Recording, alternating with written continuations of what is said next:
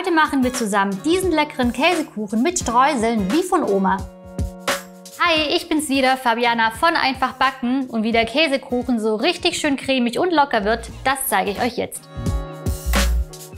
Für den Teig brauchen wir Weizenmehl, Backpulver, kalte Butter, Zucker, Vanillezucker, ein Ei, etwas Salz und etwas Milch und zusätzlich noch etwas Butter und Mehl für die Form. Für die Quarkmasse brauchen wir Butter, Zucker, Vanillezucker, Eier, Quark, Vanillepuddingpulver und etwas Zitronenabrieb. So, wir starten jetzt mit unseren Streuseln und dafür gebe ich das Mehl mit dem Backpulver, dem Zucker, dem Vanillezucker und der kalten Butter in die Rührschüssel und verknete das Ganze, bis sich Streusel ergeben. So, und wenn die Masse jetzt hier schön bröselig wird, gebe ich die Prise Salz dazu und das Ei. Und dann können sich nämlich die Streuseln super miteinander verbinden, beziehungsweise die Zutaten. Und dann ergibt das Ganze hier auch schöne Streusel. So, ich stelle jetzt das Handrührgerät beiseite und verknete das Ganze jetzt von Hand. Dann bekommt ihr auf jeden Fall ein besseres Gefühl für die Masse. Wenn die Streusel fertig sind, teile ich von der Masse 1/3 ab. Das gebe ich in eine andere Rührschüssel. Die Streusel kommen dann in den Kühlschrank. Und aus der restlichen Masse machen wir den Ofen. Nein, machen wir nicht. Aus der restlichen Masse machen wir den Tortenboden. Dafür gebe ich dann nachher noch die Milch dazu und verknete das Ganze.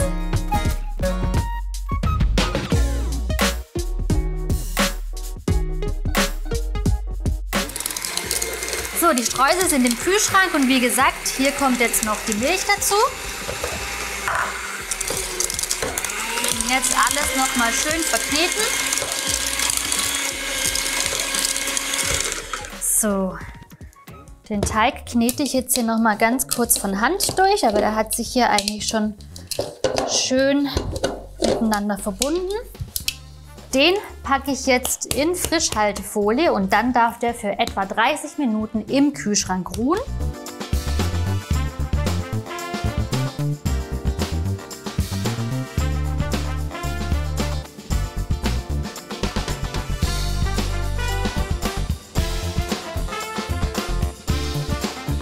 Ich habe jetzt den Backofen schon vorgeheizt auf 180 Grad Ober-Unterhitze und auch meine schöne Backform hier schon vorbereitet, und zwar mit Backpapier ausgelegt, etwas eingefettet und mit Mehl bestäubt. Und jetzt bereiten wir unsere Quarkfüllung vor. Dafür schlage ich zuerst die Butter mit den beiden Zuckersorten auf und gebe dann nach und nach die Eier dazu.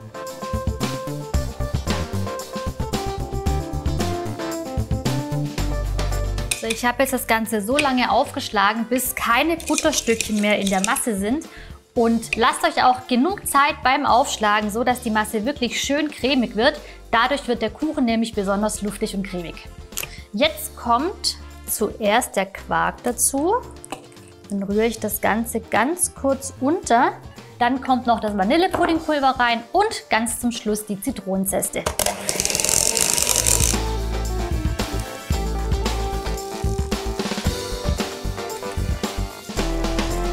So, unsere Quarkmasse ist fertig. Die stelle ich jetzt einen kurzen Moment zur Seite und hole gleich den Teig aus dem Kühlschrank.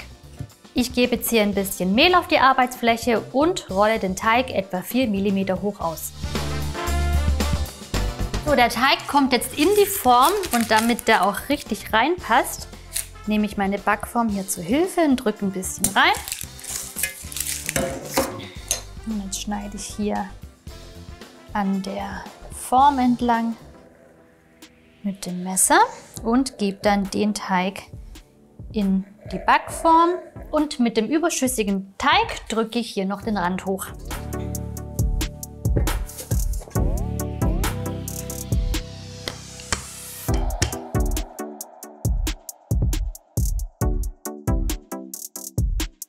Damit der Teig schön atmen kann beim Backen und keine Luftblasen bildet, steche ich jetzt hier mit der Gabel überall rein. Dann darf auch schon unsere Füllung rein. Die rühre ich hier nochmal ganz kurz durch.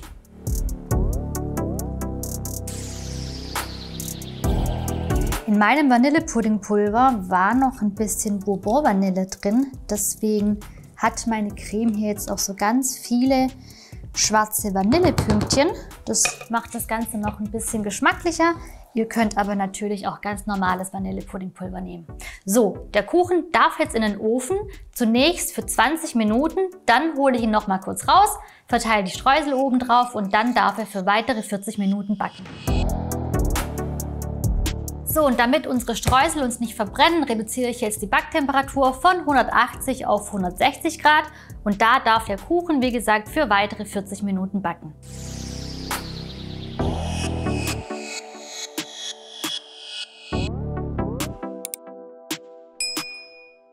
So, schaut mal her, unser Käsekuchen ist fertig und auch schon komplett abgekühlt und der sieht so gut aus, da freue ich mich jetzt schon richtig drauf.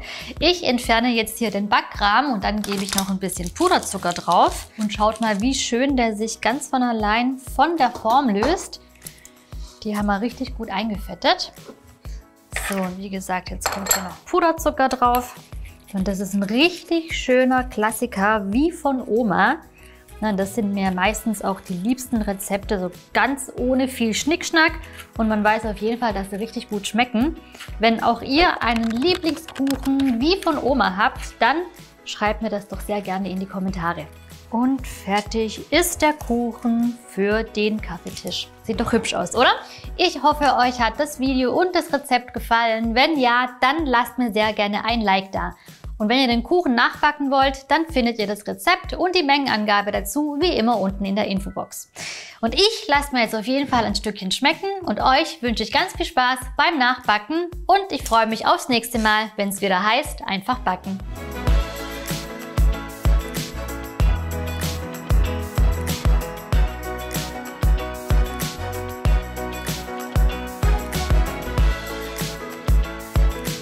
Halt, noch nicht wegklicken, hier gibt es noch eine ganze Menge zu entdecken.